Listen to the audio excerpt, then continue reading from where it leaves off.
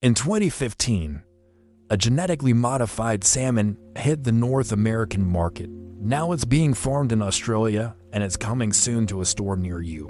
But if you're worried that it might be showing up in your sushi someplace down the line, don't be. This salmon won't be joining the sushi train anytime soon. That's because this salmon is a little different. It's bigger, grows faster, and doesn't really belong in the wild. This salmon is called Aqua Advantage and it's produced by a company called Aqua Bounty. And while it's not the first GMO salmon, it is the first to receive regulatory approval for human consumption.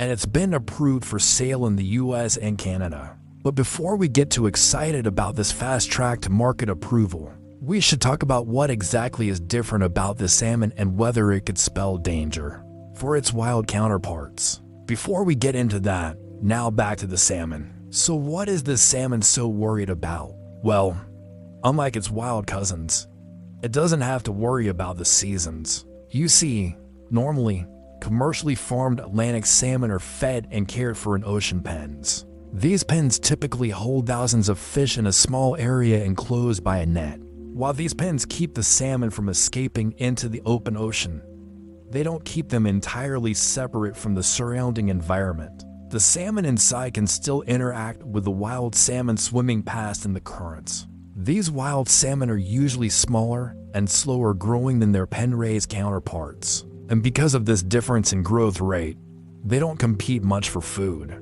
But in the winter, when the days are short and the water's cold, both wild and farmed salmon stop growing. Instead, they just sort of maintain their size until conditions improve. This seasonal growth pattern makes it take longer to get to market size, which means more time and money spent on fish feed and labor. It also means that there is a predictable lull in the supply of farmed Atlantic salmon each winter.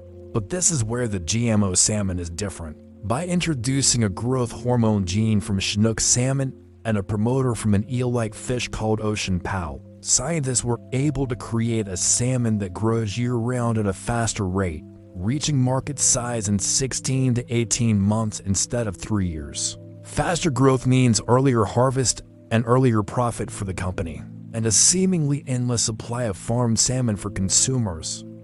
But not so fast. While this might seem like a simple solution to an easily solved problem, things aren't always so clear-cut. One of the main concerns with farming any animal is how it might impact the surrounding environment. When it comes to genetically modified organisms or GMOs, there are concerns about what will happen